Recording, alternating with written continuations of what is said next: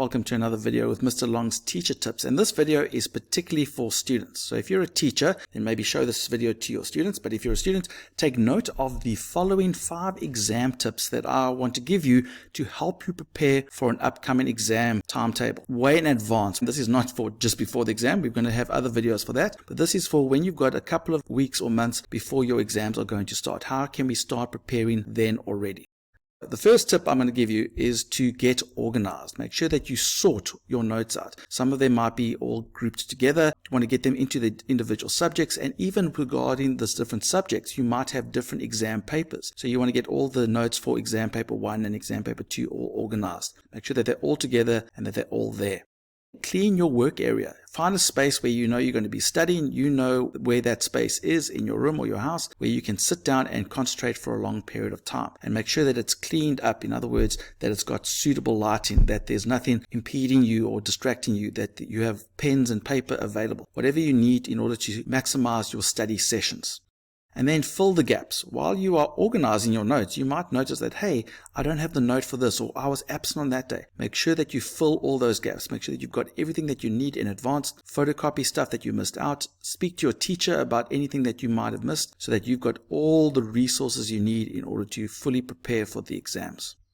The next tip I suggest is that you get a study calendar. If you go online, you can find a calendar that looks something like this for the particular month or 2 months that you are writing your exams, that's laid out in some sort of grid format. And this way you can visually see when you are writing what exam, because all you do is you plot your exams into that study calendar, and there you can say, oh, I'm writing the exams on these days and this day. This gives you a better idea about when you have large periods of time between exams and when you don't, where you've got lots of exams on top of each other. And so that way you can prepare studying a lot easier. For example, you can say that life science exam, I've got plenty of time to prepare.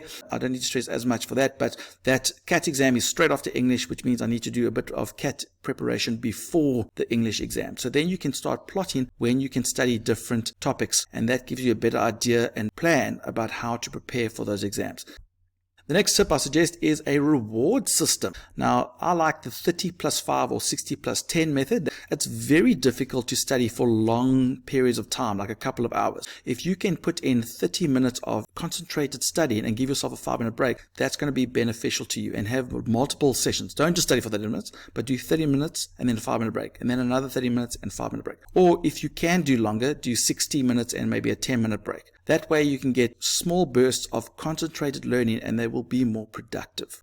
The other system that can help you is to treat yourself. In those 5 or 10-minute break, give yourself a reward, something small that can motivate you to get through that 30 or 60-minute period. Maybe it's a little sweet or snack. Maybe it's 5 minutes of Instagram time, or be on WhatsApp and chat with your friends. Something that's going to motivate you to concentrate for those 30 or 60 minutes, and then you've got a nice little reward at the end. And speaking about rewards, what about a big one at the end? Either at the end of the exam or end of your study session, something that's going to motivate you to complete your studying. Once you have completed everything, you can say, I will then watch an episode of my favorite series, or something that's going to motivate you to get through all of your studying. And you will only get that reward if you complete the task that you've set yourself.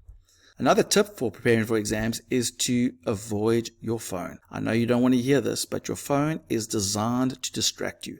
Everything from the colors to the sounds to the vibrations is designed to grab your attention. And if your phone is near you, it's going to distract you.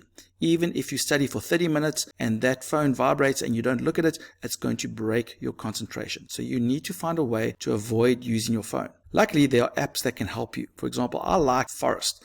Forest is an app where you can set a timer, and then during that time, if you don't touch your phone, it'll grow a little tree for you. And then as you have multiple sessions, you can create this nice little garden where you can create some sort of game for your study time. Another app that is very useful is Stay Focused. It controls what notifications you receive and not, and also sets a timer where you can say, don't touch your phone unless it's locked, so that you can't use it during this particular time period. Another app that is very useful is Study Bunny, where you have this cute little bunny and you set time limits, and if you don't use your phone during that time limit, you'll get coins to be able to buy your bunny some items. What's also nice about Study Bunny is you can specify that you are studying maths, for example, during this period, and it shows you how much you have studied for the different subjects and helps you plan for other subjects. And the last tip is exam fitness. The last time you wrote an exam was probably a long time ago. And when I mean an exam, I mean a 3-hour or 2-hour exam paper. You probably wrote small little exams like 1 hour or 45-minute little tests up until now. You are probably not used to writing for 3 hours. And so your body needs to be prepared. As much as you need to prepare your mind with the content, you need to prepare your body with being able to concentrate for 3 hours and write an exam. I would suggest that you get training. And how do you do that? Well, first of all, I would get an old exam paper or a couple of them and find a time in the week where you can write the particular exam paper. Maybe on a weekend where you can find a little slot, maybe on a Sunday afternoon where you can write a full 3 or 2 hour exam paper and start practicing that particular skill. Once you have done that exam paper, make sure that you've completed in the allocated time. Even if you don't know all the content, at least practice concentrating for 3 hours and trying to write a 3-hour paper and complete it in that allocated time. Once it's done, then at least you know you've done a paper, you can mark it and so on. And then repeat that process. Do that every weekend or every couple of days so that your body can get used to writing a 3-hour paper so that when you get to your first exam, you are physically prepared to concentrate for 3 hours. You want to be exam fit from the very first exam. Let's recap these exam tips that are preparing for an upcoming exam. Tip number 1, get organized, get all your notes and your work area together. Get a study calendar so you can see what you're writing when and when you are studying what. Get a reward system so that it can motivate you to complete your tasks, or studying for 30 minutes or studying a full session. Get away from your phone. Find an app where they can motivate you to not use it.